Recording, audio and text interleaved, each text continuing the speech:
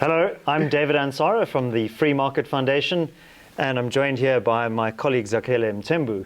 And we want to talk to you today about a recent set of rulings by the Competition Commission, which we believe unfairly punishes excellence and economic opportunity in South Africa.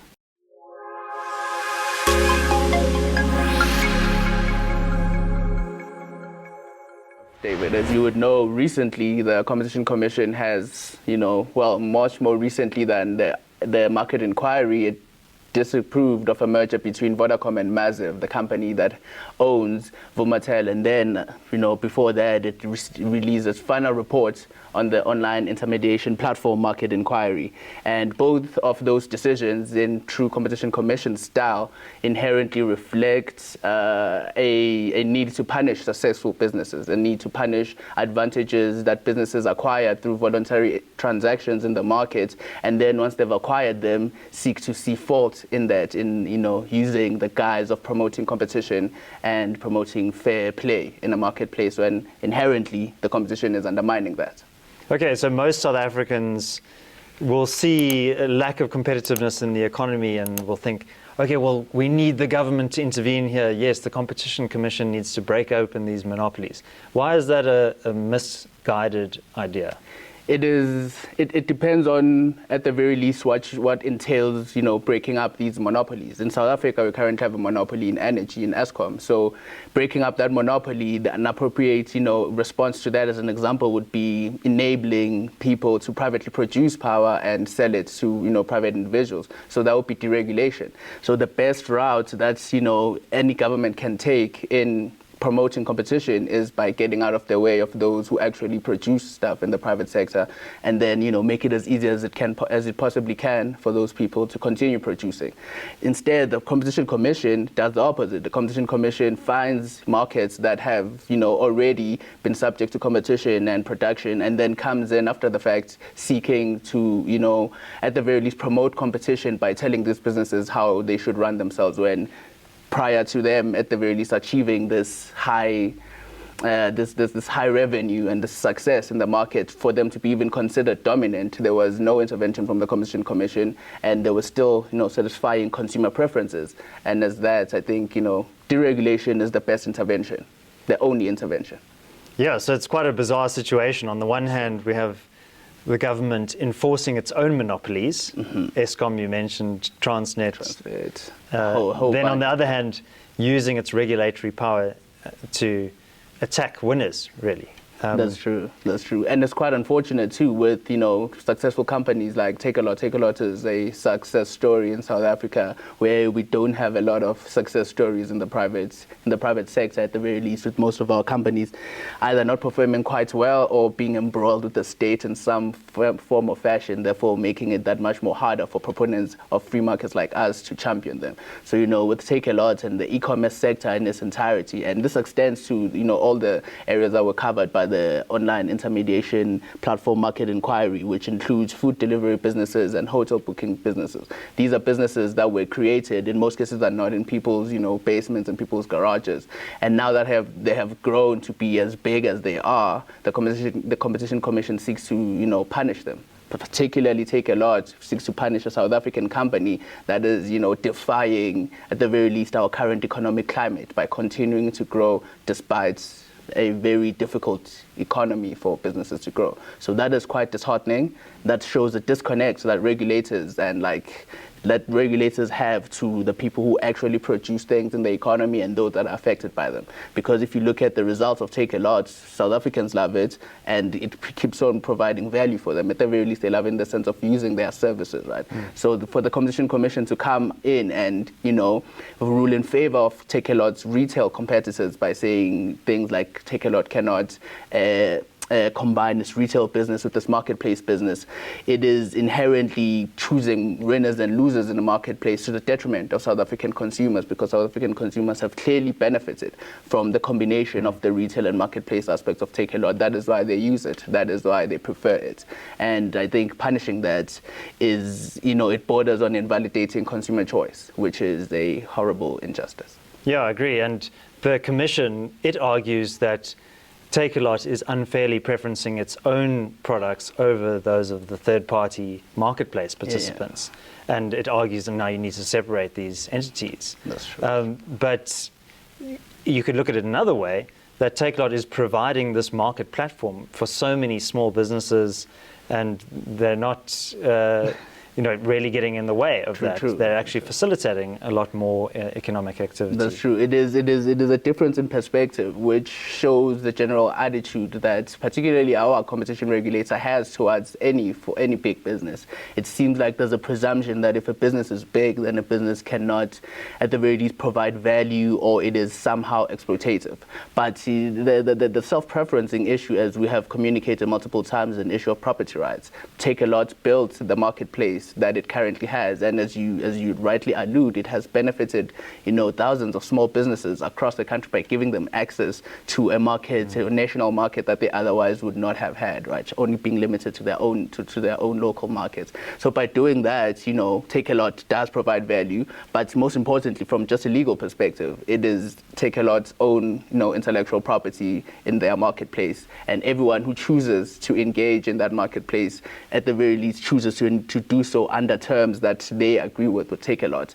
So the idea that Takealot cannot use its own marketplace to further grow its own business is counterintuitive, because that is what every business does. They diversify, they seek to grow in whatever way is possible. And seemingly our competition regulator is saying that once you grow big enough according to their own, inherently subjective standard of what constitutes big, once you grow big enough, then you cannot, for instance, diversify. If you have a marketplace, you cannot afford to have a retail aspect that is tied to a marketplace, even though, as I cannot overemphasize this enough, that it is Takealot's marketplace. It is Takealot's property. And if Takealot were to, wake up and decide to no longer allow anyone into their marketplace and only, use it as their retail business, they would be fully within their rights to do so. I doubt they would, of course, because I'm sure that they benefit something from that. But the idea that, a regulator, a third party, can come in and tell a business owner how best to, administer or run their property is the height of injustice.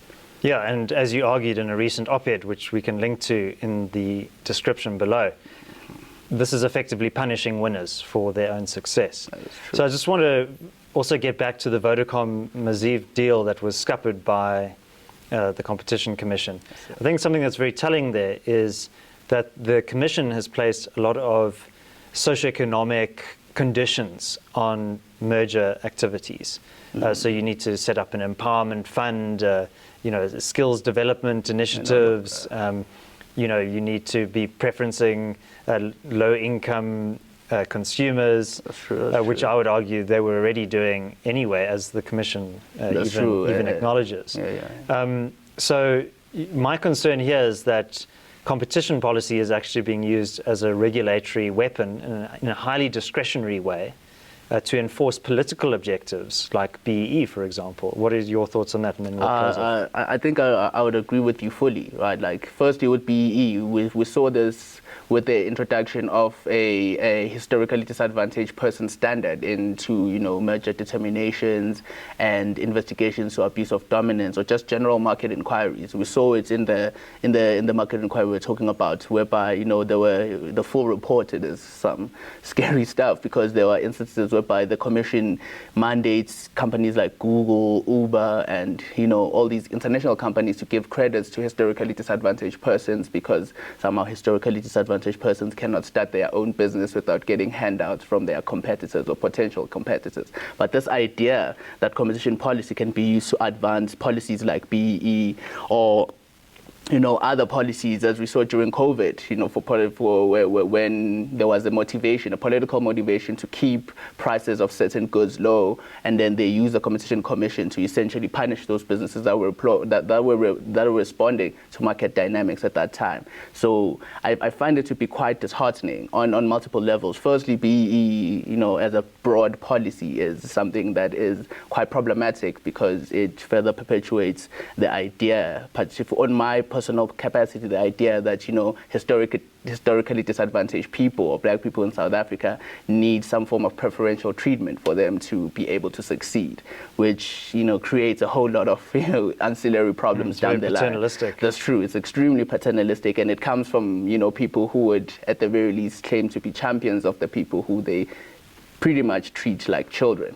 But it is also disheartening in competition policy in the marketplace because it undermines potentially beneficial, transactions that may firstly benefit the consumers, but benefit the parties that are party to that transaction themselves. Just like in the Vodacom and Massive deal, right? Vodacom went above and beyond to try and satisfy that aspect of, the socio-economic requirements that were necessitated by the commission, and it still was not enough. The reasoning of the commission, of course, is that, the combination of Massive and Vodacom would most likely result in Vodacom self-preferencing itself on Massive Vuma's already established network and to the detriment of other ISPs. But this is despite Vodacom saying it was gonna, have an open access policy so that it would not discriminate against other ISPs who are on the Vuma network.